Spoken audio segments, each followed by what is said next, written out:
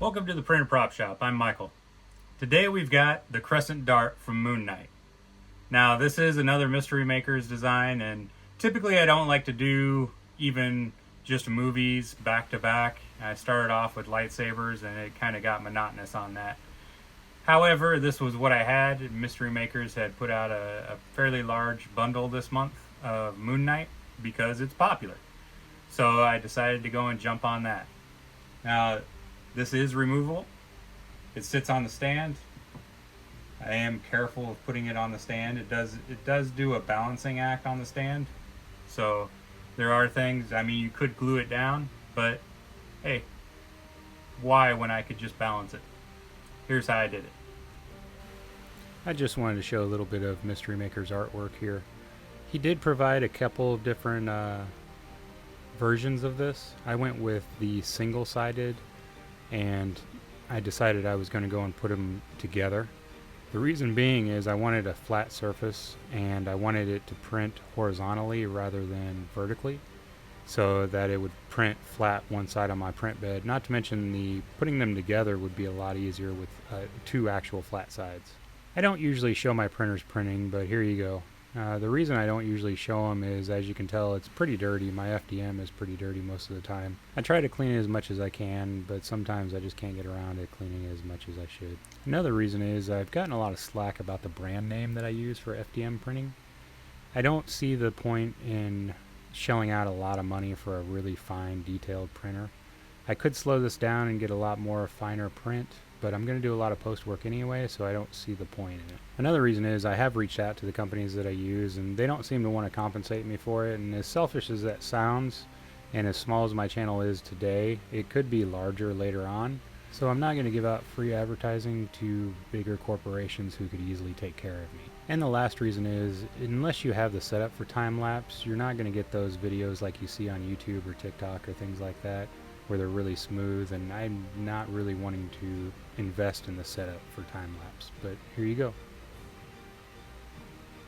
So I'm just showing here that I'm printing out the stand in resin. The resin's going to give me much better lettering than I would get on my FDM, and I am finding out that interconnecting pieces, I do have to scale back a little bit, and it's not a lot. I'm going to tell you, I only scaled this back about 2%, and what I'm scaling back is the little stands that actually hold the dart, and only about 2%. And I'm glad I did that because it actually fit perfectly. And when I do say perfectly, I mean perfectly. The only thing I did have to do was sand out the actual holding piece at the tips there, but that took me all of about maybe 3 to 5 minutes. So now's the time to attach both of the pieces, and if you notice, I've clamped them down first to get them aligned.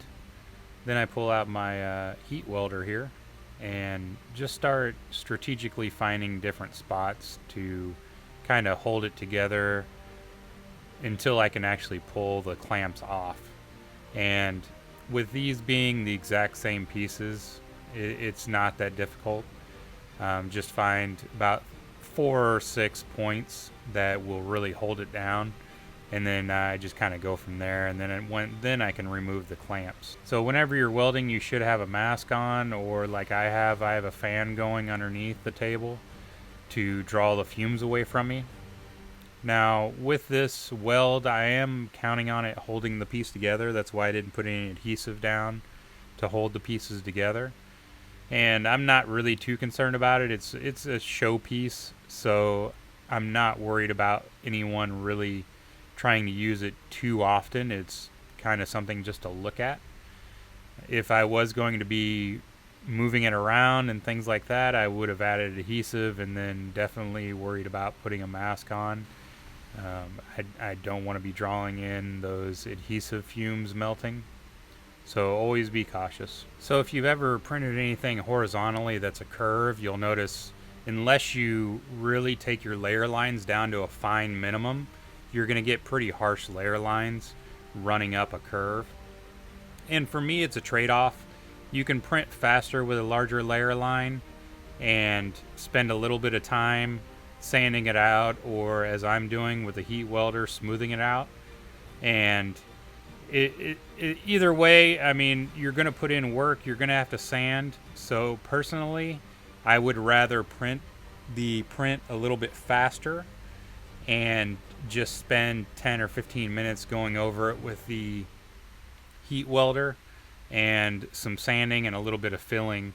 To me, it's a better trade-off to do something like that than it is to turn an 8-hour print into a 22-hour print or something like that. It's going to take a lot longer if you really minimize those layer lines. But for me, I'm going to work on it anyway, so why not make it print faster and I can get to work then. So I took the liberty of knocking out the boring stuff of priming and sanding today. So you might know, normally I like to throw down black. It's sometimes with an airbrush, sometimes with enamel. But what this does for me is it fills in those little design areas that I'm going to have in black anyway. And the gold that I'm using is a very bright gold. So with this whole matte black coating, it should tone down that gold a little bit and make it a little deeper. So now that my matte black coat is all dry, I begin airbrushing. And I pulled out my greedy gold that I like to use. Now if you notice, that black undercoating is actually bleeding through. That was the kind of effect that I was going for. The greedy gold is sometimes a little too bright, especially on camera sometimes, but in real life it's actually much brighter as well. Now I would highly suggest, if you don't have one as a turntable like this, they come in really handy when you're airbrushing. Reason being is you can just turn your item around rather than having to worry about picking it up and ruining your paint job. These run about $5 or $10 on Amazon. Anytime I'm painting something that's dual-sided, meaning I'm going to paint both sides, I'll let the first side completely dry, and luckily with acrylics they dry fairly fast. After that, I'll put the painted side down on a towel or a paper towel like you see here. What that does is keeps it from scratching if it gets moved or anything like that. And after this paint is completely dry, I'll do a clear matte coat. Since I am going to be weathering this, I don't want that paint that I just put on there to rub off. Now the actual stand pieces, after I scaled them back, they fit perfectly. And you'll notice I did primer this one. Now if you do any kind of regular FDM or PLA prints, you'll want to go and put on a thick layer of primer. With resin you don't really need to. Sometimes I don't even use it at all. And with this I used a wicked black. I didn't use my regular matte black or my deep black. I used a wicked black that I found. And I'm really impressed on how it came out. Now with this lettering being designed really well, I wanted it to stand out. I didn't want it all just to be black. So I pulled out my fine paintbrush like I've used in the past and just went over it with a matte white. Now with paintbrushing, I know it can be a hassle, but sometimes it's just what I have to do. The big thing that I have to remind myself these days is that it doesn't need to be done right away. Sometimes my hands are getting a little bit more shaky as the older I get, so I need to go and make a little stop here and there. Or if I just put too much paint on my paintbrush, I see that I'm getting in a rush. I'll get up and walk away for a bit, just remind myself it doesn't need to be done today. And then after my first coat, I just go back over it, filling in any spots that I missed, and the brush strokes. Now I wanted this lettering just to pop. I didn't think the white would just be enough. So what I did was, since the second O was actually in a crescent shape, I actually decided I would do that in gold, matching the Crescent Dart itself. And I think it stands out fairly well. It came out really well. I'm pretty proud of myself on it.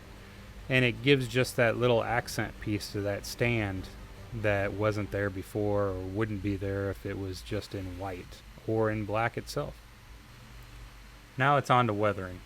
So weathering, for me, hides my crimes. And what I mean by that is, if you've got a crack in your paint or a divot or something you missed before you actually put on your final coat of paint, expose it. That's what I do. I let people see it, because in real life, things aren't perfect. If it's molded out of something or pounded out of something, metal or anything like that, it's going to have divot, it's going to have cracks. If it's used at all, it's going to have cracks. life happens to it. That's the way I look at it. So I go and make sure to expose it. Now, I don't know if there's a standard for weathering, a specific type of thing that you're supposed to do. How I accomplish it is I go and take some black paint and really water it down. So if you watch any of my other videos where I've done weathering, you'll know that if the crevice isn't deep enough, it's not going to hold your paint in there. So in those cases, I'll just let the paint set longer until I wipe it off. And even then, when you wipe it off, it may have some dried to it, but expose it. I just expose it. I let people see it, see what it is. And in this specific case, I did have some cracked paint. I had a couple of divots here and there, so I just filled them in with some paint and let it go. And you can see the final product. It turned out fairly well. I think it looks used, and when it comes to an actual superhero who throws a crescent moon around, hitting people, it's going to bounce off of things. Now, my wife actually got me these little Tamiya kits. They're mainly used for model planes and airplanes and things like that. They're weathering kits. I think they run maybe about $30, and you get a lot because you're not going to use a lot. What I started off with was just some regular soot, and I kind of put that in with the little detail there, and I put it in a couple of other little spots. And this weathering kit is great. I mean, you can just smooth it out with your finger. From there, I moved on to sand, and my basis on this was that Moon Knight's from Egypt, right? So it's going to be in the sand. Egypt's got sand. So it would naturally have sand somewhere around it and things like that. So that was my basis of using sand. So guys, that's how I did it. Just some FDM printing, some resin printing, paint. Okay, so it was a little bit more. However, it came out perfectly fine. And I hope you learned from the mistakes I made and maybe some of the things that you could see as tips. Maybe it'll help you make something. So have a great day. Thanks for watching, and we'll see you next time.